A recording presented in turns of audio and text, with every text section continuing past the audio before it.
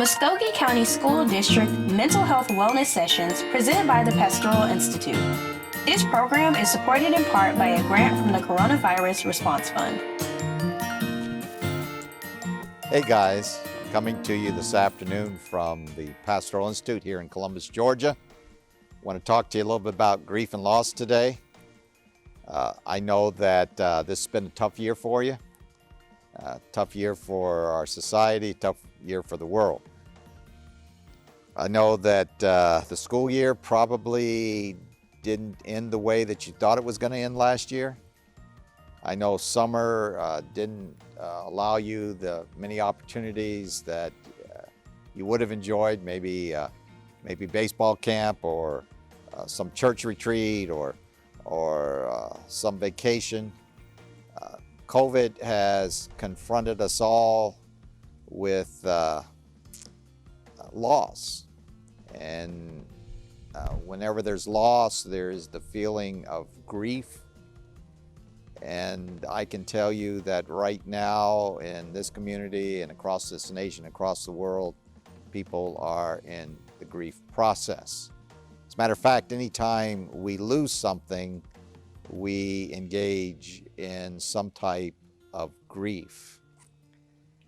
I want you to think a moment about the brain and how it works. And you know, the brain is there to keep us safe, and it's constantly scanning what's safe and what's not safe, and it creates patterns and routines that give us a sense that the world is okay. Well, COVID came along and threw all of that out the window, and so the brain doesn't like that. We're more irritated, we're more anxious, we feel more depressed. We're seeing a lot of that here at the counseling center, and I will tell you that's very normal.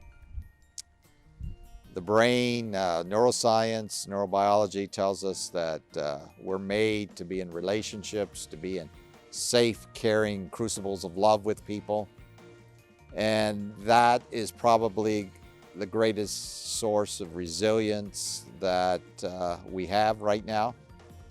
And I want to challenge each of you to stay connected, or if you're lacking some connection, to get more connection. That's difficult. Right now, I know that I'm talking to you, and some of you are sitting in a classroom, and some of you are sitting at home via the internet, that it's more difficult to connect to others, and yet at the same time, everything we know about the brain and about loss and grief says the way through it is by connecting, by communicating, by having that sense that I'm not alone, that I'm a part of a greater group, that together we're going to get through this.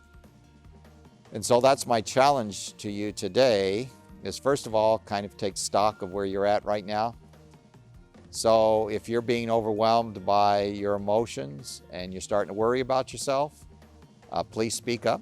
Say something to your teacher, say something to your school counselor, say something to your parents, say something to your friends.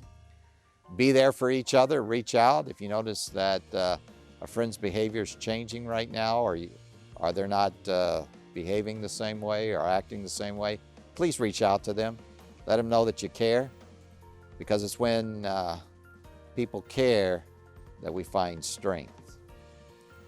I want to assure you, as someone who's lived many, many more years than you have, that there is an other side of this, that we're going to get through this. Life will return. All of those things we enjoyed, like going out to eat, socializing, maybe having a party at somebody's house, or just getting together to play a game. Those things are all going to return. But in the meantime, in the interim, please reach out. Please find your connections, because our connections equal health. And when we're suffering loss, it can be very isolating, and we can feel alienated and feel all alone. And I don't want any of you feeling that way, because this is a caring community, and there are people all around. So that's my message for today. It's all around what we're going through right now. just want to encourage you and hope you have a good year, school year, and we'll see you on the other side of this.